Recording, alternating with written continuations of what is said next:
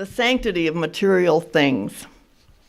The title of this sermon is borrowed from the Reverend Arnold Crompton, who was minister of the UU Church in Oakland, California, at the time I first became a UU in about 1964. I lived in Berkeley then, but I visited the Oakland Church once or twice. I don't think I actually heard the sermon. It was probably announced for the week after I was there, but its title has stuck with me and intrigued me ever since.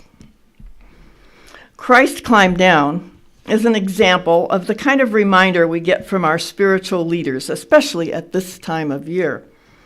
We need to focus less on objects, they tell us, and more on values. They recognize the pressure on us to spend more, do more, eat more, drink more, party more, all of which result in our forgetting the true meaning of the holiday. Okay, we get it. Materialism is bad. Spirituality is good. Our religious advisors have been telling us this for centuries. We accept it, and some of us even act on it. Every faith has its ascetics, those who have given up worldly possessions to be more attuned to ultimate truth. Maybe it works for them. But wait, we are, after all, material beings. We depend upon material things for the basics of food, clothing, and shelter, as well as utilitarian needs like roads, plumbing, and aesthetic nourishment like painting and music. Canvas is material, marble is material, wood is material, brass is material. We need these things to produce the art that nourishes our souls, that contributes to our spiritual development. We can't just give up these items, can we? But do they possess sanctity? What is sanctity? The dictionary tells us it is the quality of being sacred or holy. That doesn't help much, huh? But what makes things sacred or holy? As UUs, we surely don't believe that God comes down from heaven and blesses our altar and our chalice and our candles. Other faiths presumably do.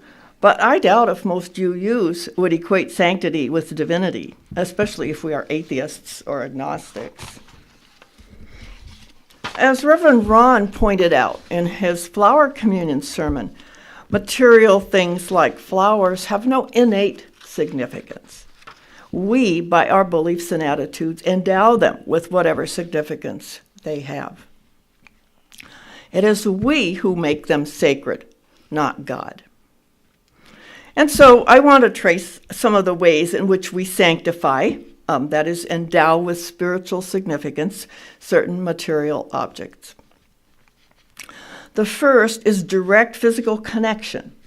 For example, I have a quilt made by my grandmother. When I touch it, I am touching the fabric and the thread that she touched. Her fingers did the needlework that make it beautiful. It connects me directly to her, and I can feel her love when I use it. Another example, when Jews pray at the Wailing Wall, they surely feel a direct physical connection with their ancestors and spiritual forefathers, since it is believed to be the wall of the Second Temple celebrated in the Bible. Millions of devout members of their faith have touched that wall over the centuries and endowed it with profound spiritual significance. Similarly, something material may be sanctified by its having been part of a family or community activity. Our homes are more to us than just buildings. Their material existence is part of our lives. A chair where we rocked a child, a table where we enjoyed family meals, a porch where we sat and admired the sunset. Some of us probably feel like that about this church property. It's not just a lot with a couple of buildings on it, but something we've worked to improve, to make more attractive, more usable, more a part of our spiritual lives. It's something that ties us to each other and to our memories. Many of us treasure a material object, not because it was made by the giver, but because it reminds us of that person. It may be a book, a piece of jewelry, a statue, even something very mundane. For instance, one of my aunts once bought some kitchen shears that come apart for cleaning and then snap back together. She found them ingenious and convenient, and she knew I would like them, so she bought some for me. When I use them, I think of her and appreciate her thoughtfulness. Or we may treasure an object that recalls a joyful or profound event in our lives. Perhaps a favorite toy we played with as a child, an award of some kind, a diploma, a sports uniform worn as a member of a winning team, a child's shoe reminding parents of those first baby steps, a photo of a person or a group or a special occasion. At this time of year, we are particularly likely to use material things to enhance our holiday spirit. All the tinsel and angels and wreaths and cards that Ferlinghetti deplores in his poem. Actually, I think what he deplores is the inauthenticity of so many of these things when they have no connection to personal experience or spiritual values. But they can have real significance. For example, decorating my Christmas tree is for me a meaningful ritual, a spiritual experience that would be impossible without these accoutrements. When I do it, I like to have carols playing in the background, and then take each ornament and examine it, recalling its history and significance before I hang it on the tree. Many of them have been given to me and are reminders of the giver. Some were my mother's and date back to my childhood, recalling to me the joys of past Christmases. For example, one is a little crocheted panda made by a family friend. One is a figure of a nurse given to my mother by an RN who worked with her. One is a little angel made from a tin can lid, cut, folded, and painted by an artistic neighbor of ours. I have several three-dimensional paper stars made during World War II when we couldn't buy glass ornaments or metal hooks because glass and metal were restricted to the war effort. Some of you are old enough to remember that, perhaps. I have some ornaments my children made when they were young and others they've given to me when they were older. These ornaments evoke history, family, friendship, creativity, adaptability, and joy. Perhaps the most important way we endow material things with significance is by making them symbolic of spiritual values. The flowers in our flower communion have come to symbolize beauty, love, and our care for each other.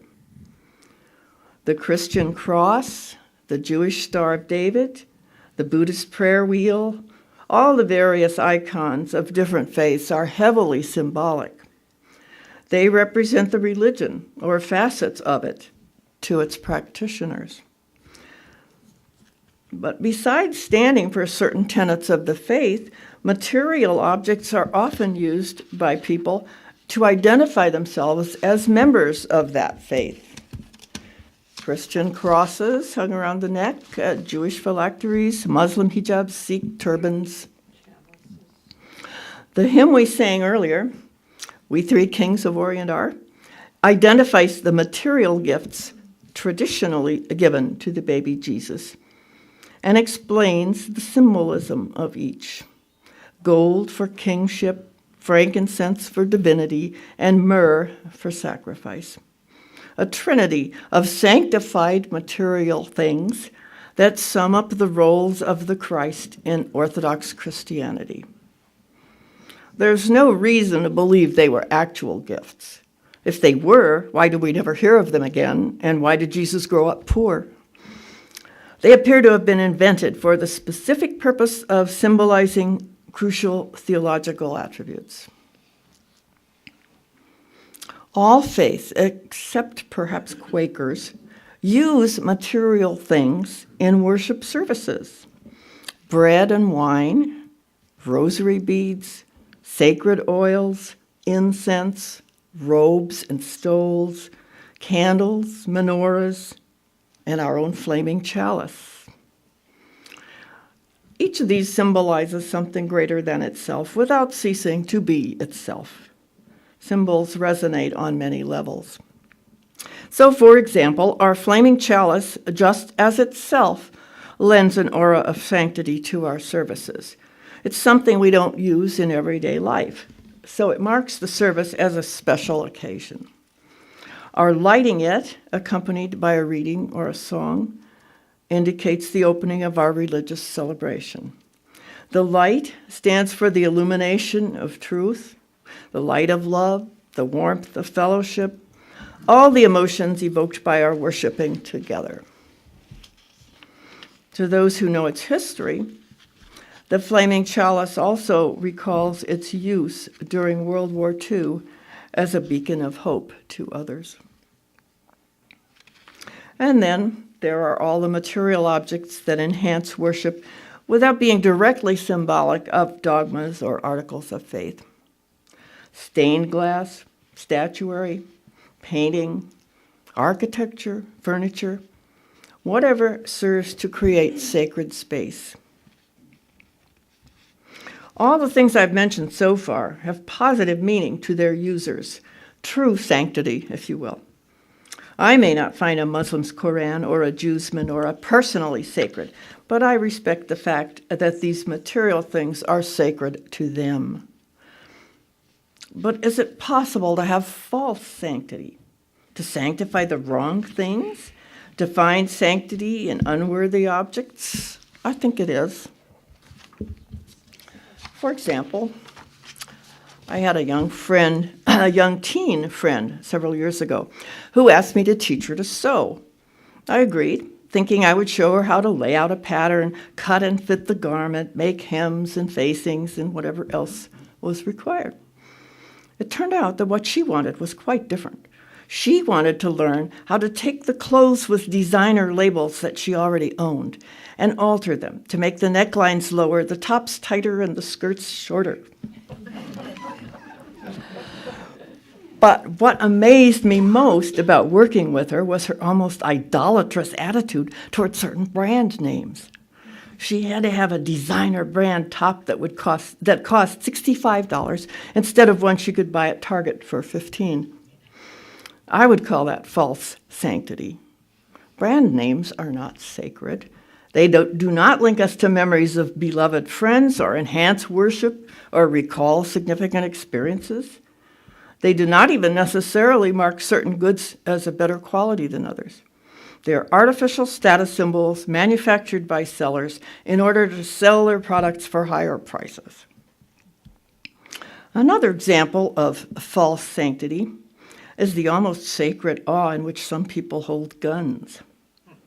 A friend of ours, Frank, who was approaching the end of his life, gave a gun that his father had left him to a young friend named Tim, who took the gun gratefully and cradled it in his arms. He stroked the wood of the stock lovingly and spoke reverently of the gun, calling it her.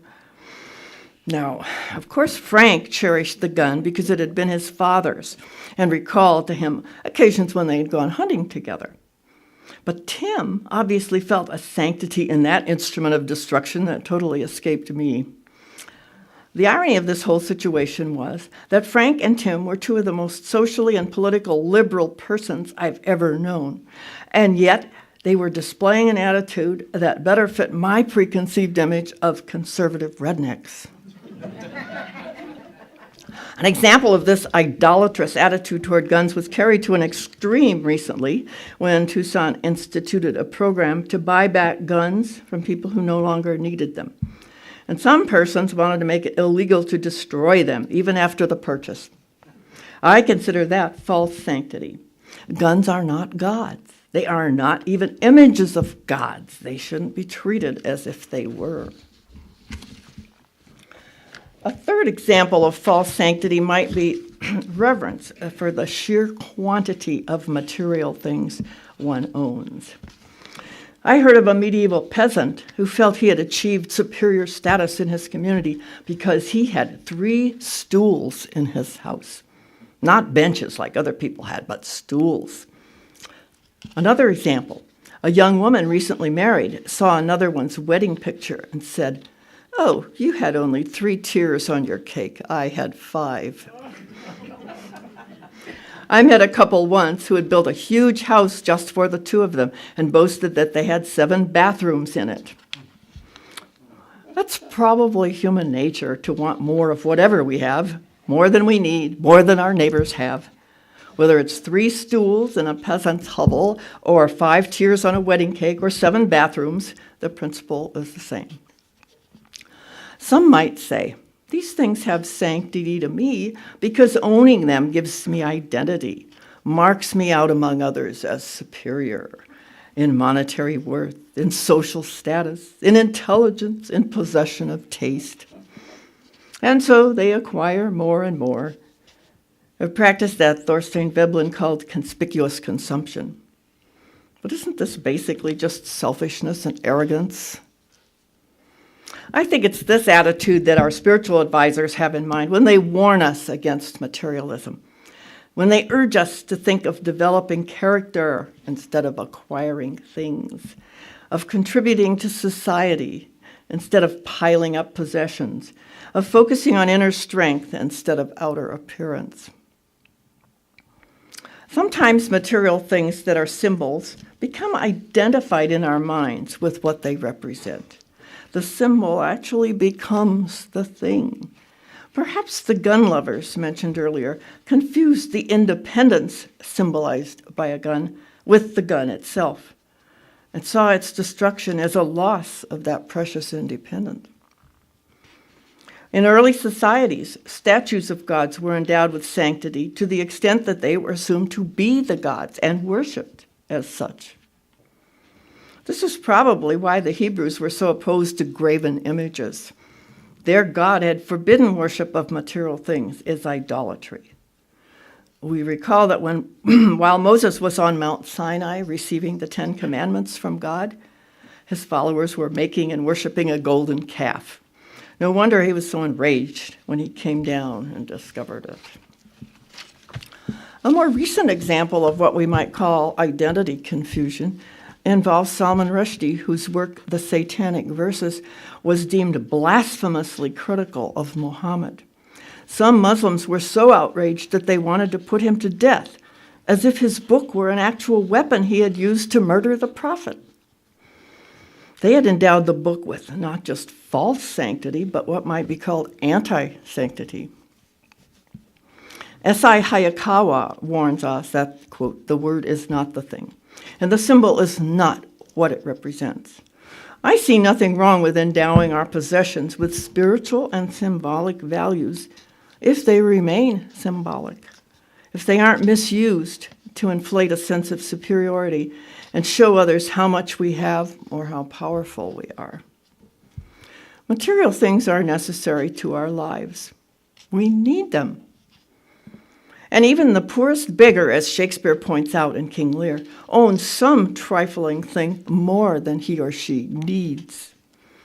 We can misuse these objects for selfish and petty ends, or we can use them to enhance our humility, gratitude, appreciation, reverence, all our positive spiritual values. That, to me, is the true sanctity of material things.